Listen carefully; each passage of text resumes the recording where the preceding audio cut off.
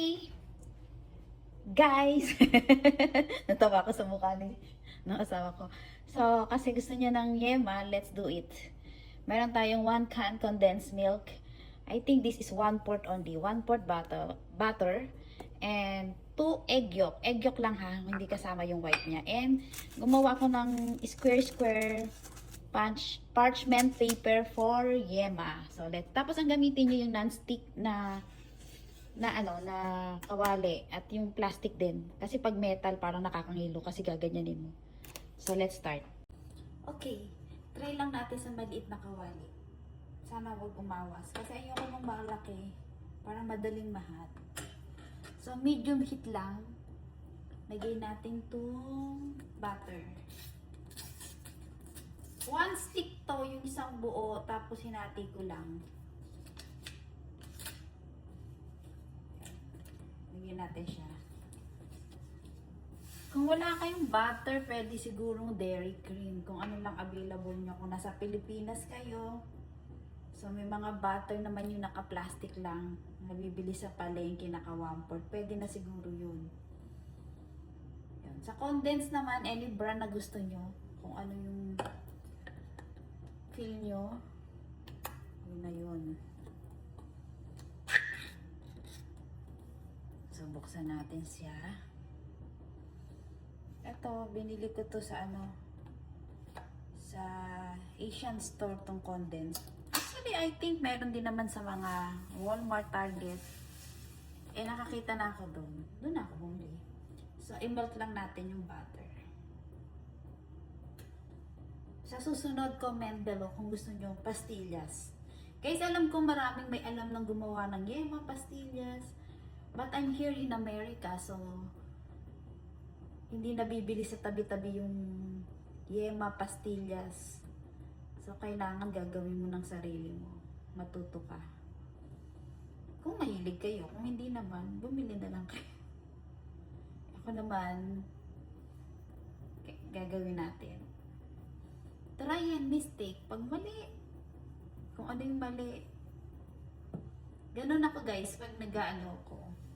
May niluluto ako or may ginagawa akong na-try ko mali. So, syempre tatandaan mo na yun kung ano yung mali dun. So, sa susunod, alam mo na. Parang buhay natin. Charis. So, ayan. Very lang.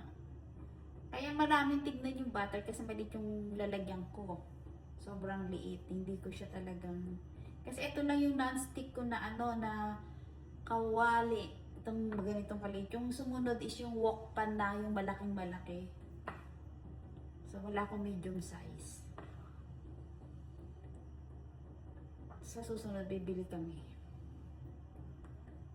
So, ito pala guys, plain yema. Kapag gusto nyong may variety, pwede nyo gawin yung condensed na ube, pwede rin. Meron kasi ako dyan, pero hindi ko ginawa. Kasi first time kong gagawin to, so kailangan plain. Pwede rin lagyan nyo ng nuts.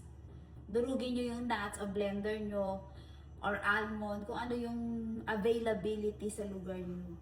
Sa Philippines, marami. Pwede kayong maglagay ng kung ano-anong gusto nyo. Yung bagay naman, ha? Baka maglalagay kayo ng variety, hindi bagay. Baka yema, tapos lagyan nyo ng malunggay leaves. Kung anong nuts ang gusto nyo. Peanut, almonds, gano'n. So, I think pwede na yan. Kasi hindi pwedeng masunog ang butter. Ilagay na agad, basta natunaw na. Uy, parang very sticky to Very sticky, guys. Ang ating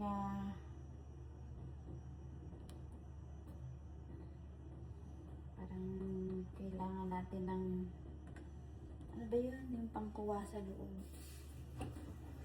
Or may pangkuwa. Hindi naman siguro.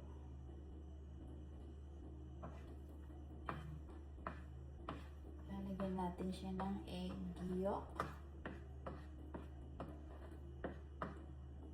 Noon, nung gumawa ako nito, high school pa lang, I don't have egg. Hindi ko nilagyan ng egg yolk. I don't know. Ngayon nakita ko kasi sa YouTube. Meron. So, lagyan natin. Baka makatulong yun.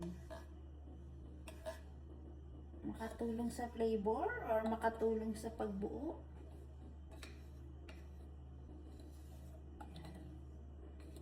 Actually, may mga nagtitinda naman dito sa Asian store. Nakita ko may pastillas. Pero yema wala. Nagawa tayo.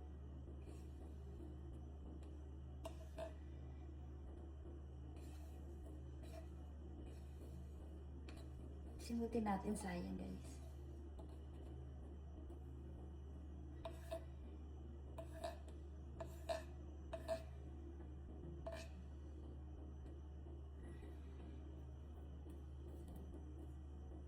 I think yung maliit na kutsi.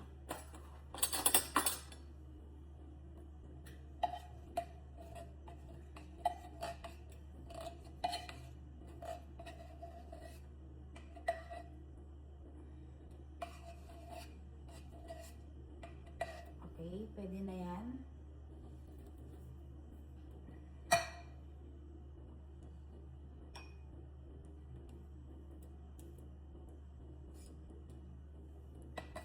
Okay, lagay natin ang egg yolk. Gusto ko nga lagyan pa ng vanilla eh, para masarap.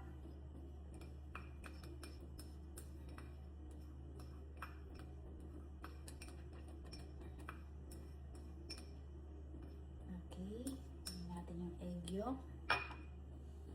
Haluin na natin. Haluin daw, haluin ang haluin. Hinaan natin yung apoy para hindi mapait. Kasi pag pumait to, hindi masarap.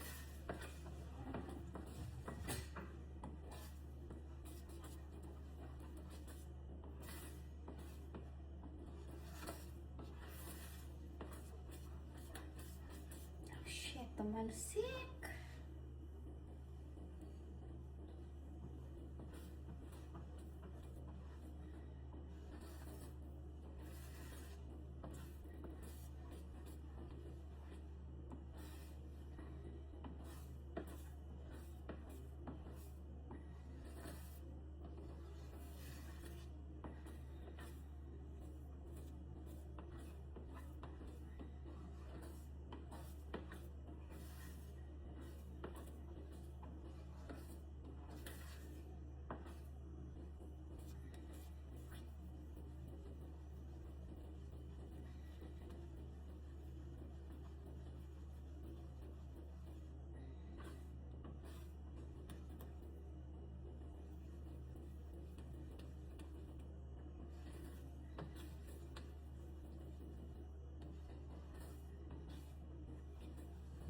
Buksan natin ng konti.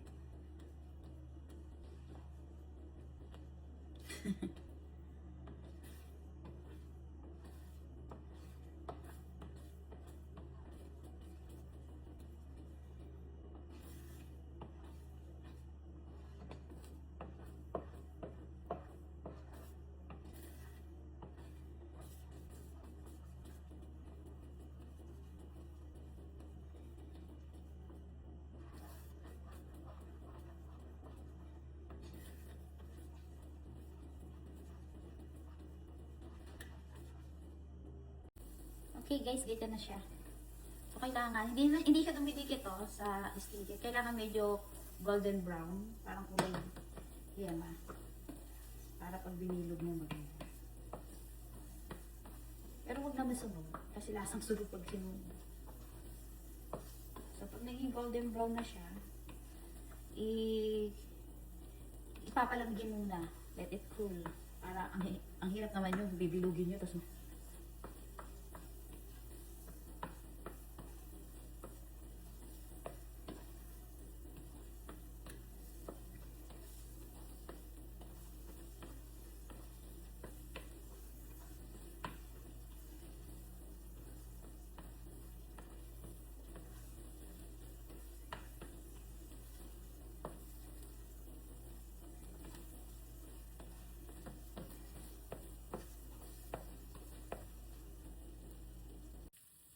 okay guys, makunat na siya. So pag lumabig yan, kukunat pa rin yan. So okay na to. So palamigin na natin siya. babalutin ko. Okay guys, ito na yung binilot kong yema. Sobrang sarap. Hindi siya masyadong matamis at hindi rin sakto lang. So kung may kamag-anak kayo may diabetic, regaluhan mo sila.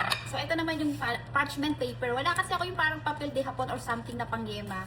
Ito lang ako meron. So tinriangle ko lang siya ng ganyan para ma-sealed. Then I think kailangan gupitin yung kanto-kanto to make it sealed. Kasi may butter siya ang parchment paper. So parang hindi siya nagsisealed. So you need to push it.